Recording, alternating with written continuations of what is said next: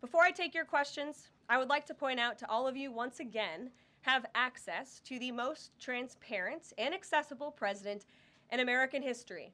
There has never been a president who communicates with the American people and the American press corps as openly and authentically as the 45th and now 47th President of the United States. This past week, President Trump has held multiple news conferences, gaggled on Air Force One multiple times, and sat down for a two-part interview on Fox News, which aired last week. As Politico summed it up best, Trump is everywhere again. And that's because President Trump has a great story to tell about the legendary American revival that is well underway. And in keeping with this revolutionary media approach that President Trump deployed during the campaign, the Trump White House will speak to all media outlets and personalities, not just the legacy media who are seated in this room.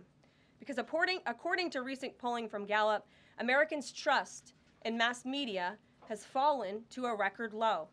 Millions of Americans, especially young people, have turned from traditional television outlets and newspapers to consume their news from podcasts, blogs, social media, and other independent outlets. It's essential to our team that we share President Trump's message everywhere and adapt this White House to the new media landscape in 2025. To do this, I am excited to announce the following changes will be made to this historic James S. Brady briefing room, where Mr. Brady's legacy will endure. This White House believes strongly in the First Amendment, so it's why our team will work diligently to restore the press passes of the 440 journalists whose passes were wrongly revoked by the previous administration. We're also opening up this briefing room to new media voices who produce news-related content and whose outlet is not already represented by one of the seats in this room.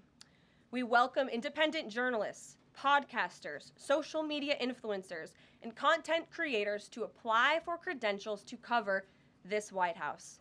And you can apply now on our new website, whitehouse.gov/new media. Starting today, this seat in the front of the room, which is usually occupied by the press secretary's staff, will be called the new media seat. My team will review the applications and give credentials to new media applicants who meet our criteria and pass United States Secret Service requirements to enter the White House complex. So in light of these announcements, our first questions for today's briefing will go to these new media members whose outlets, despite being some of the most viewed news websites in the country, have not been given seats in this room.